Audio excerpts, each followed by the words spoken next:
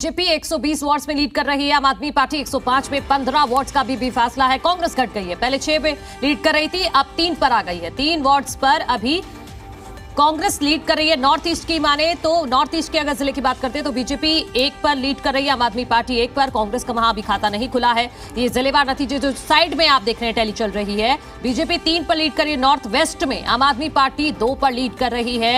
ये जिलेवार हम आपको नतीजे नहीं है, अभी रुझान है, ये रुझान सामने रख रहे हैं। गौतमपुरी वार्ड नंबर 226 से आम आदमी पार्टी आगे चल रही है।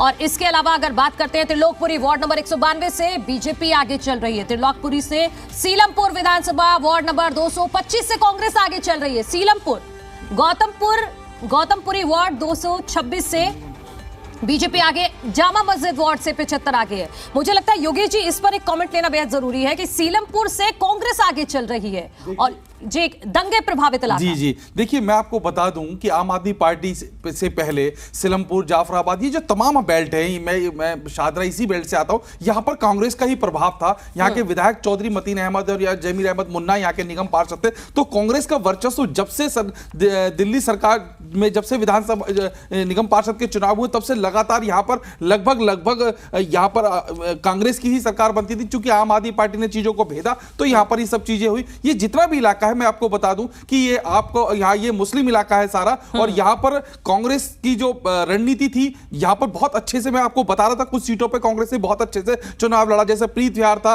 सीलमपुर, जाफराबाद, ये तमाम सीटें थी। क्योंकि यहां पर जो टिकट दिए गए थे मनु, यहां पर उन लोगों को टिकट दिए गए थे जो वाकई कांग्रेस के पुराने घाक थे। मैं फिर कह रहा हूं कि उन्होंने अपनी लड़ाई कुछ वार्डों में कुछ चेहरों को देके कांग्रेस से अपनी बहुत बेहतरीन तरीके से अपनी फाइट लड़ी है। और मुझे लगता है कि कहीं जो आसपास बीजेपी और आम आदमी पार्टी का आंकड़ा चल रहा है कि कहीं ऐसी स्थिति ना बन जाए, हालांकि वो मामला बड़ा हास्यप्रद है, कि कांग्रेस कहीं किंग मेकर की स्थिति में ना आ जाए, किसको समर्थन देके कहां पहुंच जाए। ये बात हम नहीं कह सकते, लेकिन जो नेट टू नेट फाइट चल रही है वहां पर कहीं कांग्रेस अगर ऐसा हो जाए तो मुझे ये लग रहा कि आखिर होगा क्या। हालांकि ऐसा संभव नहीं है। पॉइंट है अजय जी कि कांग्रेस कहीं किंग मेकर ना बन जाए। कांग्रेस किंग मेकर की स्थिति में नजर आ सकती है अजय भाई। अगर कांग्रेस जो है किंग मेकर की स्थिति में नजर आती है तो इसका मतलब आम आदमी पार्टी के साथ मिलकर सरकार बनाएगी एमसीडी के अंदर। बीजेपी के साथ तो कांग्रेस पार्टी बिल्कुल नहीं जाएगी।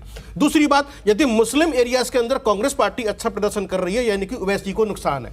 यानी कि ओवैसी का तो भाई कोई यहां पर वर्चस्व था ही नहीं। मैं आपको बता दूं नहीं, अगर 44,000 वोटों में से 29,000 के करीब मुस्लिम है और वो सबसे बड़े मसीहा खुद को बताते हैं। देखिए, और उनकी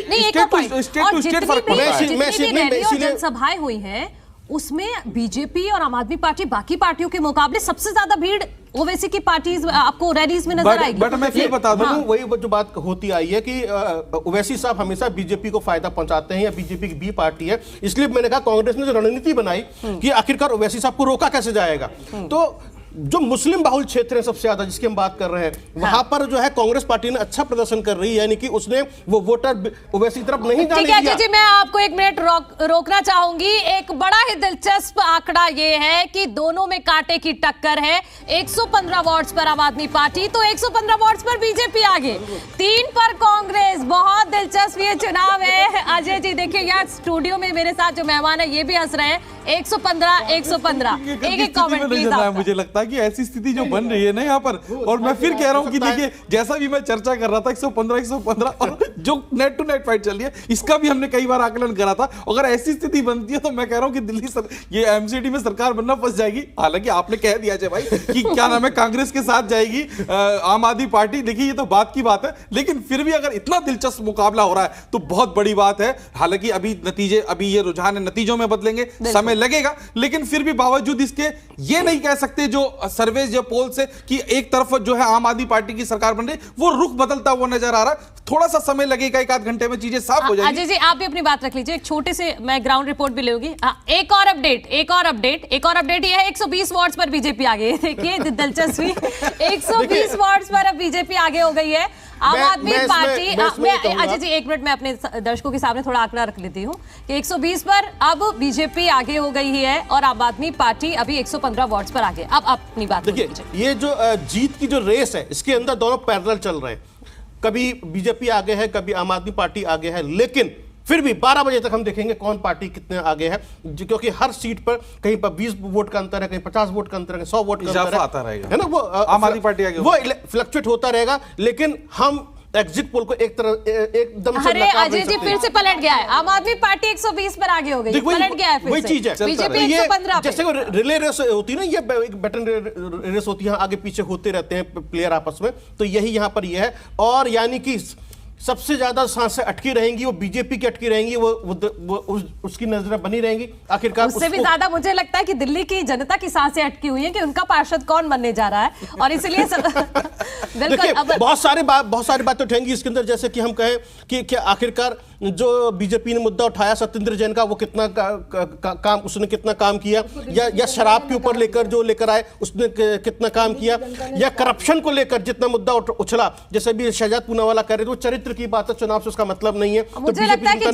दिल्ली की जनता ये भी यहाँ पे प्रूव करेगी कि भ्रष्टाचारी कौन है, क्योंकि भ्रष्टाचार का मुद्दा दोनों ही पार्टियों की तरफ से उठा। उन्होंने कहा एमसीडी में भ्रष्टाचार है, उन्होंने कहते दिल्ली सरकार ही करप्ट है। मैं बताऊं आपको मनु, मुझे बहुत सारे ऐसे नेता मिले दिल्ली के अंदर या दिल्ली से सटे हुए गाजियाबाद नोएडा के अंदर, उन्होंने कहा कि बीजेपी के अंदर जो है पार्षद की बजाय ठेकेदार हो गए थे, जो काम नहीं कर रहे थे, पैसे लेकर भी काम नहीं कर रहे थे। दबी जवान में ऐसी बातें बहुत सारी सामने आई हैं निकलकर। तो लोग जिस तरीके से परेशान थे वो भी हमें पता चलेगा। दूसरा, वो एक ऐसी जनता जो ये मानती है कि दिल्ली की जो फ्री की स्कीम है वो हमारे पैसे का मिसयूज है, वो कौन सी जनता, उसने किसको वोट दिया, वो बीजेपी की तरफ चली गई या कहीं और चली गई। तो बहुत सारे फैक्टर हैं, बहुत सारी चीजें हैं, वो मुझे लगता है नतीजों के बाद डिस्कस करेंगे। तो